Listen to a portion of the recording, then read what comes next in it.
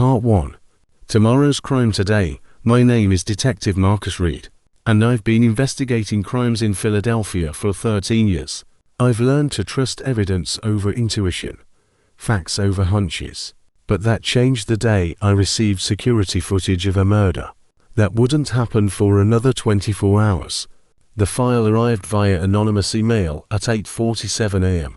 on a Tuesday. The subject line read, "Tomorrow's crime scene -247 Market Street." I almost deleted it as spam, but something made me open the attachment. The video was timestamped 8:30 a.m. Wednesday, October 25th. Tomorrow. It showed a convenience store at 247 Market Street. Angle from the ceiling-mounted camera behind the counter. At 8:31 a.m. in the video, a man in a red hoodie entered. At 8:33 a.m., he pulled a gun. At 8:34 a.m., he shot the clerk twice in the chest. At 8:35 a.m., he fled with cash from the register. The video quality was perfect standard security camera footage. Nothing unusual except for one impossible detail. It was dated tomorrow. "Marcus, you seeing this?" My partner, Detective Sarah Chen, looked over my shoulder at the screen. "Someone's idea of a prank," I said. But even as I spoke, I was freezing frames, examining details. The store layout matched the real 247 Market Street. The cash register model, the product placement on shelves, the angle of morning sunlight through the windows, everything was accurate. The timestamp could be faked, Sarah suggested. Someone records footage today, changes the date stamp to tomorrow, sends it to us as a hoax. Why would they do that? To waste police resources, to create panic, to see if we'll actually show up and stake out a convenience store based on fake future footage. It made sense, except for one detail that bothered me. I pulled up our database of local security cameras and found 247 Market Street. That store has a camera system installed by Secure Watch Systems. Their cameras embed encrypted metadata that can't be modified without leaving traces. Let me check if this video is authentic. I ran the file through our forensic software. The metadata was intact, properly encrypted, showing no signs of tampering, according to every technical analysis we could perform. This video was genuine Secure Watch footage from their camera at 247 Market Street, recorded tomorrow morning. "That's impossible," Sarah said flatly. "I know, but humor me. Let's drive by that store tomorrow morning around 8:30. If nothing happens, we wasted an hour. If something does happen, then we've entered the twilight zone."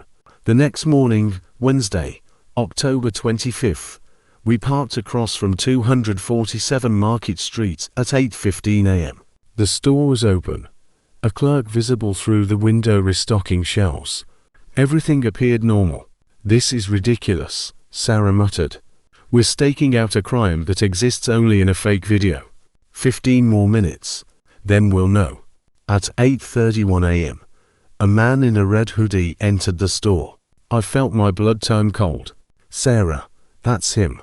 The man from the video." We watched through binoculars as events unfolded exactly as shown in the footage. At 8:33 a.m., the man pulled a gun. At 8:34 a.m., he fired twice.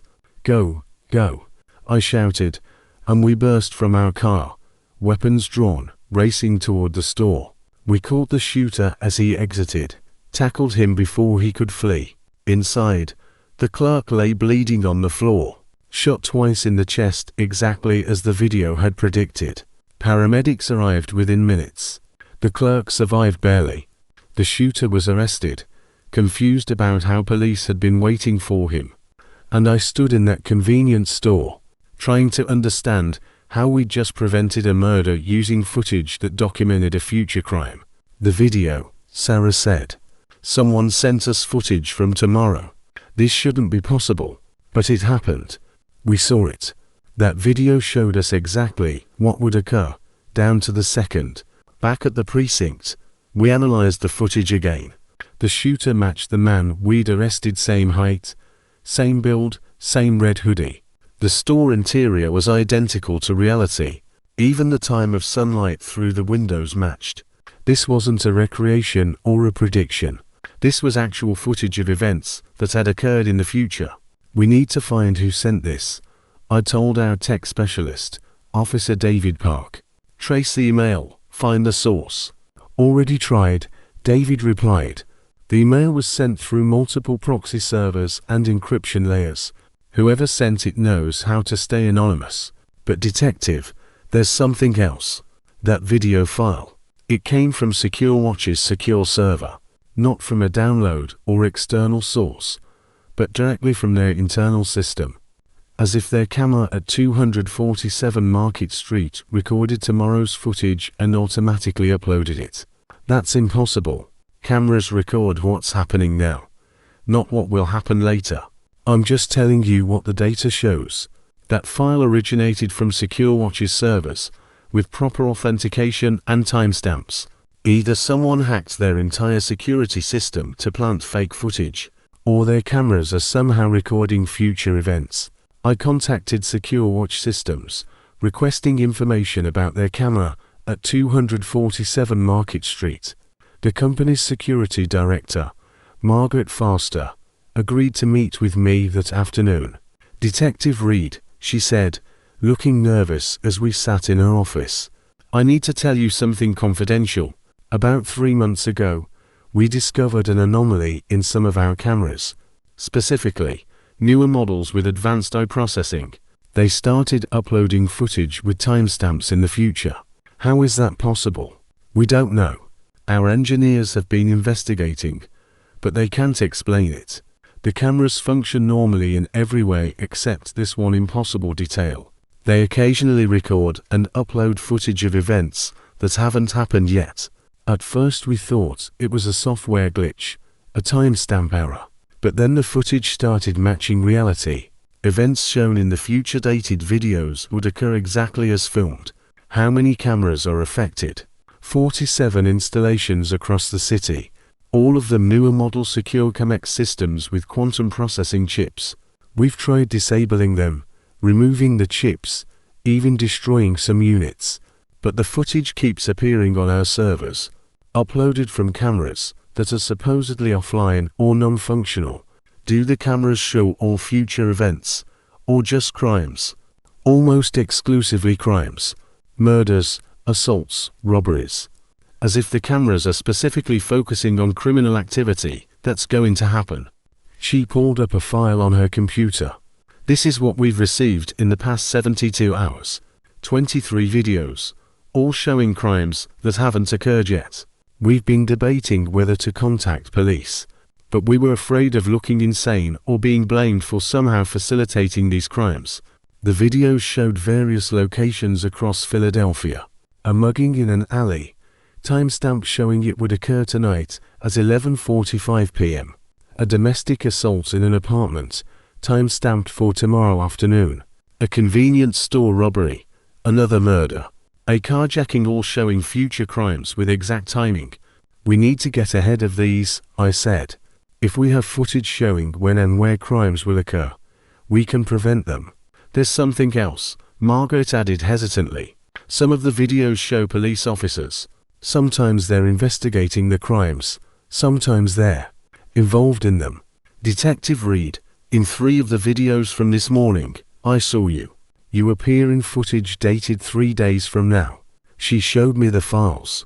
There I was, clearly visible in security camera footage dated Saturday, October 28th. In one video, I was entering a warehouse at midnight. In another, I was talking to someone I didn't recognize. In the third, I was lying on the ground, possibly injured or dead. The angle didn't show clearly. What do you do with this footage? I asked, trying to keep my voice steady. Until now, nothing. We've been documenting it, analyzing it, trying to understand it. But detective, if these cameras are really showing the future, and if they're showing you in dangerous situations 3 days from now, shouldn't you use that information to protect yourself? Or I'm looking at footage that someone created to manipulate me. This could all be an elaborate setup. The metadata is authentic. Our engineers stake their careers on it. These files come from our cameras, uploaded through our secure systems, with proper encryption. They're real footage, detective. The only impossible part is that they're filming tomorrow, instead of today. I left SecureWatch with copies of all the future-dated footage, my mind racing. If these cameras were really recording future crimes, we could prevent dozens of offenses, save lives, catch criminals before they acted. But if this was some kind of manipulation or trick, we could be walking into traps or being set up for crimes we hadn't committed. That night, at 11:43 p.m., Sarah and I positioned ourselves in the alley shown in one of the videos. At 11:45 p.m., exactly as predicted, a man attempted to mug a woman walking home from work. We arrested him before he could touch her.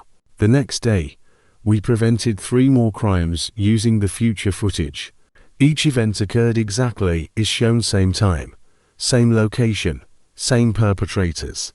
The cameras were accurate down to the second. This is incredible, Sarah said after we stopped our 4th crime. We're actually preventing crimes using footage of the future. Do you understand what this means?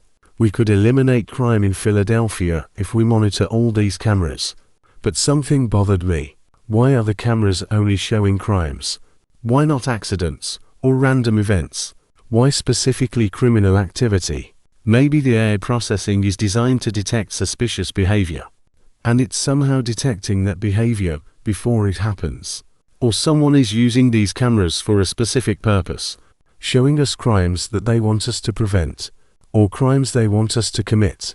That thought chilled me, because in the footage dated for Saturday 2 days from now, I was clearly entering a warehouse, where, according to other camera angles, a murder would occur. Was I investigating the murder? Committing it? Being framed for it? The footage showed me entering at midnight, but didn't show me leaving. It showed the victim lying dead inside at 12:07 a.m. And it showed other police officers finding my badge at the scene.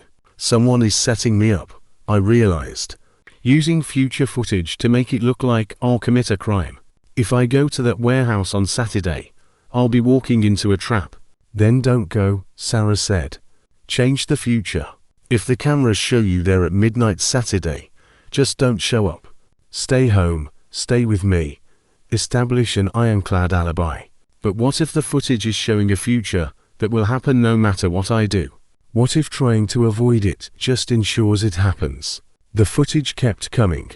20 new videos Thursday night, 30 more Friday morning. Crimes that would happen today, tomorrow, next week, and in more of them.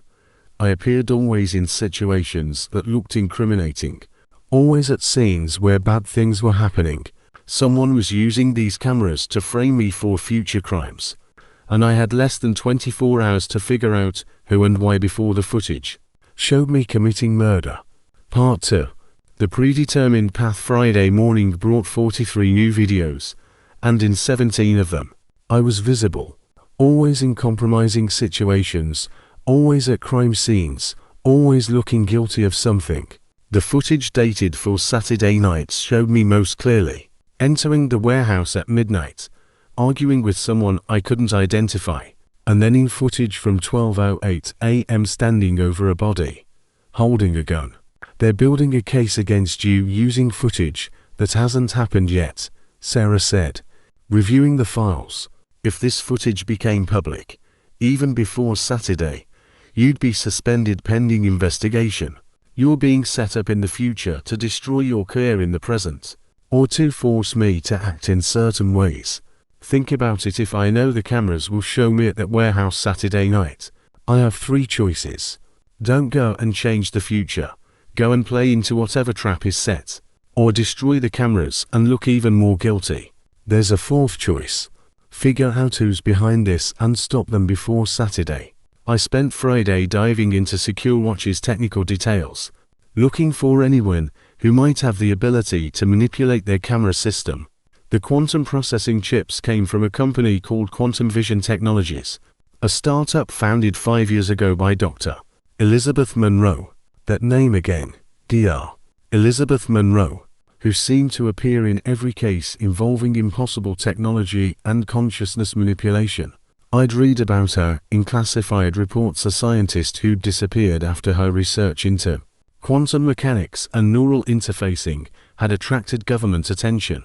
I arranged to meet with Quantum Vision's current CEO, David Chen, at their offices Friday afternoon. Drive. Monroe left the company 3 years ago, he told me. Took her core research and vanished.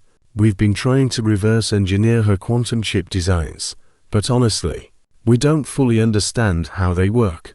They process information in ways that shouldn't be possible with current technology. Could they record future events? He hesitated. Monroe's research involved quantum entanglement and temporal mechanics. She believed that information could exist in superposition across time, that a quantum system could simultaneously process past, present, and future states. If she successfully implemented that in camera hardware, he trailed off, looking uncomfortable. The cameras would see future events because, from a quantum perspective, those events already exist. Something like that. Or the cameras are creating quantum entanglements with future states, pulling information backward through time. Monroe published some theoretical papers about it, but the math was so advanced that most physicists couldn't follow her reasoning. Where is Dr. Monroe now? I don't know. After she left, she went completely dark. No publications, no appearances, no digital footprint. It's like she erased herself from existence. I left Quantum Vision with a growing certainty that Dr. Monroe was behind the camera anomaly. But why? What did she gain by showing people future crimes? And why was she specifically targeting me in the footage? That evening, I received another anonymous email. This one contained no video, just text. Detective Reed, you've been investigating the cameras that show tomorrow. You're asking the right questions, but reaching the wrong conclusions. The cameras don't predict the future. They don't record what will happen. They record what must happen. Every event you've seen in those videos occurs because you saw it. By watching the footage, by deploying officers to those locations, by preventing some crimes and investigating others, you're ensuring that the timeline unfolds exactly as shown. You can't change the future by knowing it. You can only guarantee it happens. Tonight at 11:17 p.m., check camera feed from the corner of 5th and Market. You'll see yourself watching this exact email. That moment has already been recorded tomorrow, and now you're living it today. This is how the loop works. The cameras show you the future. You try to change it, and in doing so, you create it. Welcome to determinism, detective. Saturday night, you'll go to that warehouse. You'll find the body. You'll pick up the gun. Not because you choose to, but because you already have. The footage doesn't lie. It just shows what's already written. Dr. Elizabeth Monroe. I immediately pulled up the camera feed from 5th and Market. The current feed showed normal street activity, but when I accessed the future-dated footage dated for 11:17 p.m. tomorrow, I saw myself sitting at my desk, staring at a computer screen, reading an email. The same email I was reading right now. The timestamp on the footage was tomorrow, but I was living it today, which meant the footage wasn't from tomorrow, it was from now, but dated tomorrow. Or I was experiencing now what the camera had already recorded as tomorrow. My head hurt trying to process the temporal paradox. Sarah, I called out, I need you to witness this. I want confirmation that I'm not losing my mind. She came to my desk and watched as I showed her the email, and then the camera footage dated tomorrow, showing me reading that email today. This is impossible, she said. That footage is dated tomorrow night, but you're reading that email right now tonight. So either the timestamp is wrong, or time isn't linear in the way we think it is, or the cameras are somehow collapsing the distinction between today and tomorrow. We spent the next hours reviewing all the footage, looking for patterns, and we found one. Every crime shown in the future footage had been solved using that same footage. Every criminal we'd arrested had been caught because we'd seen them commit the crime before they committed it. But in doing so, we'd ensured those crimes happen exactly as shown. It's a self-fulfilling prophecy. I realized. The robber at the convenience store, we were there waiting because we'd seen the footage. But what if he only robbed that store because somehow he knew we'd be there? What if seeing the footage creates circumstances that force events to unfold as shown? You're saying the cameras don't show the future, they create it. Or both. Maybe from a quantum perspective, showing the future and creating it are the same thing. By observing future events, we collapse the probability wave function and force those events into reality. My phone rang. Unknown number. I answered. Detective Reed, this is Dr. Elizabeth Monroe. We need to meet. Tonight. Come to the warehouse. Yes. The same warehouse from the Saturday footage. I'm here now, and I can explain everything about the cameras, but you have to come alone, and you can't tell anyone. If you do, the timeline shifts and nothing I tell you will make sense. How do I know this isn't the trap? How do I know I'm not walking into exactly what the footage shows? Because the footage shows you arriving Saturday at midnight. This is Friday at 9 p.m. You're 3 hours early and a day ahead. That gives us time to talk before the predetermined events occur. After our conversation, you'll understand why you have to be at the warehouse Saturday night, and why everything must happen exactly as the cameras have shown. Trust me, detective. I created this technology, and I can teach you how to work within it rather than against it. I looked at Sarah, who was shaking her head violently, mouthing "Don't go." But I knew I had to. Because whether it was choice or predestination, whether I was creating the future or fulfilling it, I needed answers. And Dr. Monroe was the only person who could provide them. I'll be there in 30 minutes, I said. The warehouse was in the industrial district, dark and isolated. I parked a block away and approached on foot, weapon drawn. The building looked abandoned, but I could see light through broken windows on the second floor. Inside, the space was vast and empty except for a single area in the center where someone had set up computer equipment, monitors, and what looked like quantum processing hardware. Dr. Elizabeth Monroe stood among the equipment. She was younger than I expected, maybe 40, with intense eyes and an expression that suggested she hadn't slept in days. Detective Reed, thank you for coming. I know this seems like a trap, but I promise you, I'm trying to help. You created cameras that film the future and used them to frame me for murder. That's helping. I created cameras that observe quantum probability states across temporal boundaries. Whether that's filming the future depends on your interpretation of time. And I haven't framed you for anything. The footage shows what must happen. I can't change that any more than you can. Then why show it to me? Why let me see myself committing a crime tomorrow night? Because you need to understand what you're really seeing. The footage doesn't show you committing murder. It shows you investigating one, picking up a weapon that was already used, being present at a scene where you're needed. But taken out of context, it looks like you're guilty. That's the danger of observing the future without understanding it. You see pieces of events, without the full picture. She pulled up multiple camera angles on her monitors. Watch. This is the complete footage from Saturday night, from every camera in and around this warehouse. Not just the incriminating clips you've seen, but everything. The full footage told a different story. It showed me entering at midnight, as predicted. But it also showed someone else already inside, a man I recognized from our wanted database, suspect in 3 murders we hadn't been able to solve.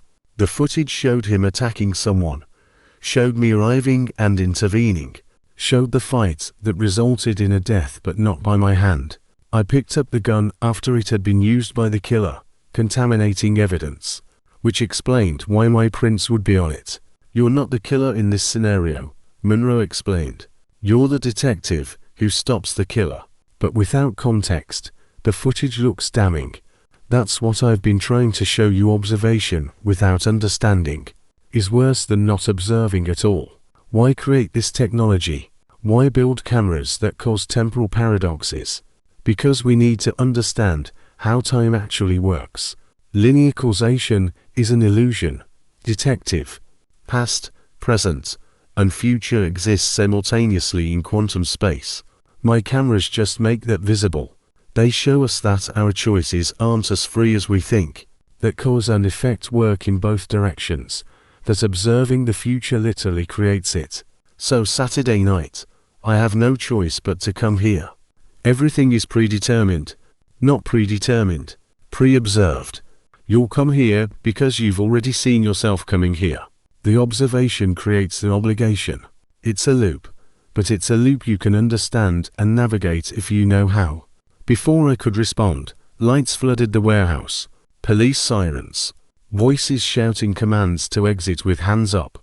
You said to come alone, Monroe said accusingly. I didn't tell anyone I was coming here. We emerged to find a dozen police vehicles, officers with weapons drawn, and my captain, Robert Blake, looking furious. Detective Reed, you're under arrest for conspiracy to commit fraud and misuse of police resources.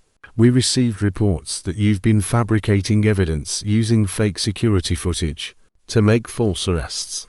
What? No. The footage is real. The footage is impossible.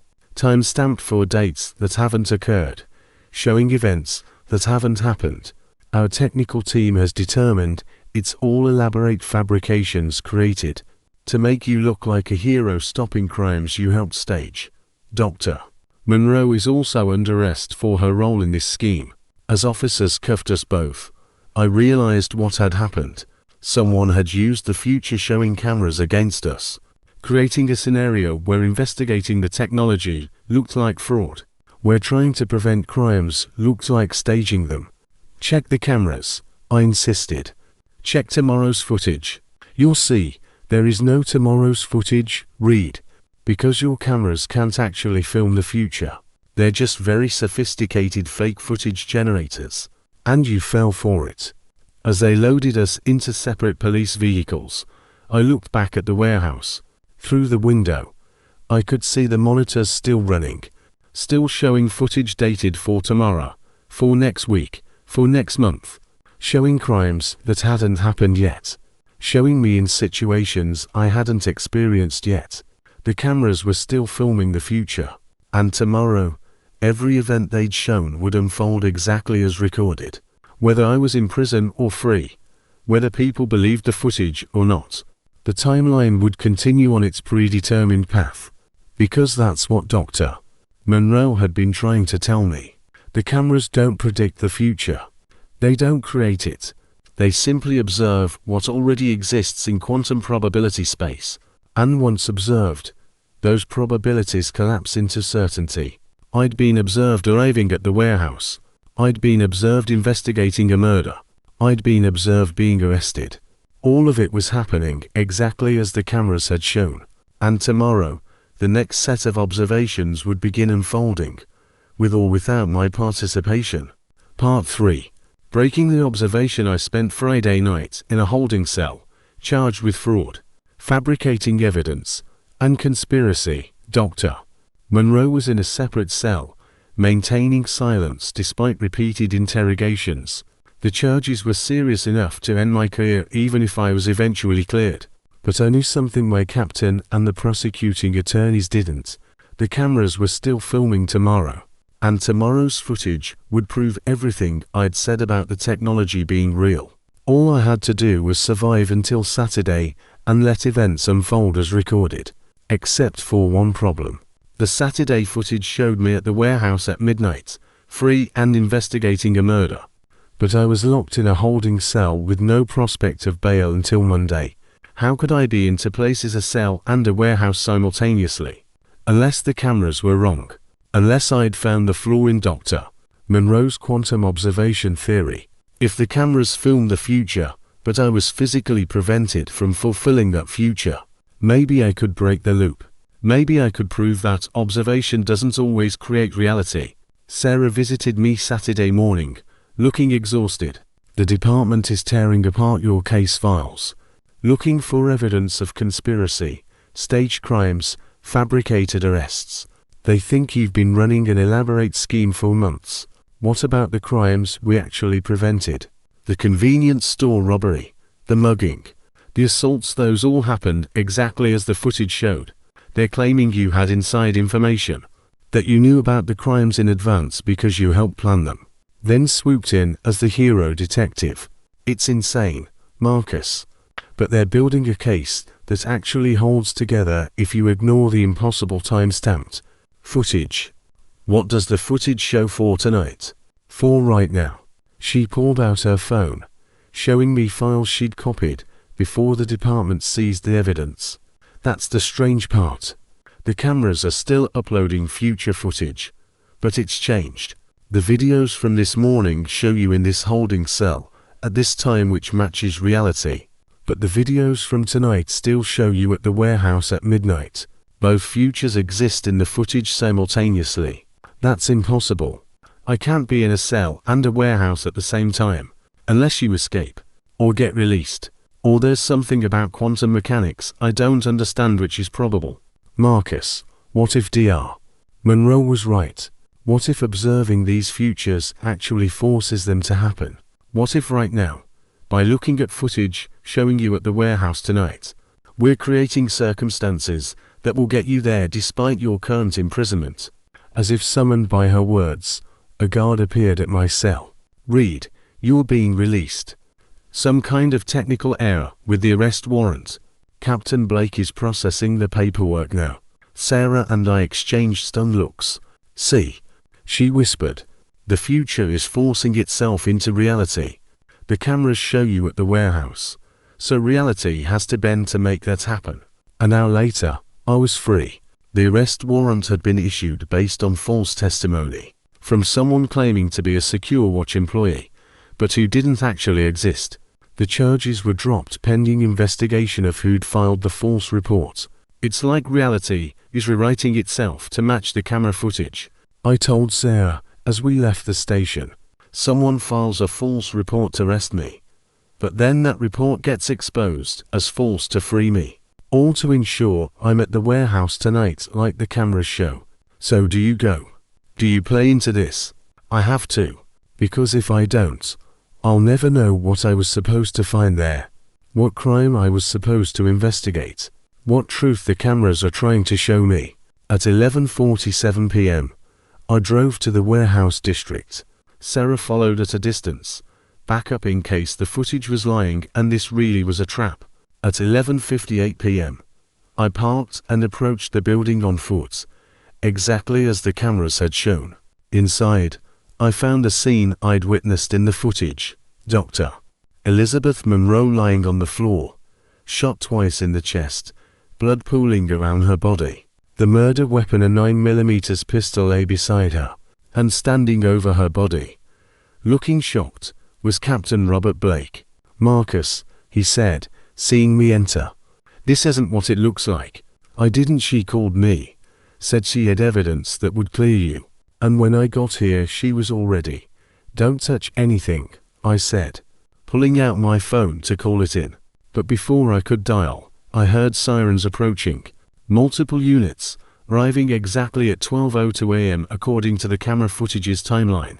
Police burst through the doors, weapons drawn, and found me, Captain Blake, and Dr. Monroe's body.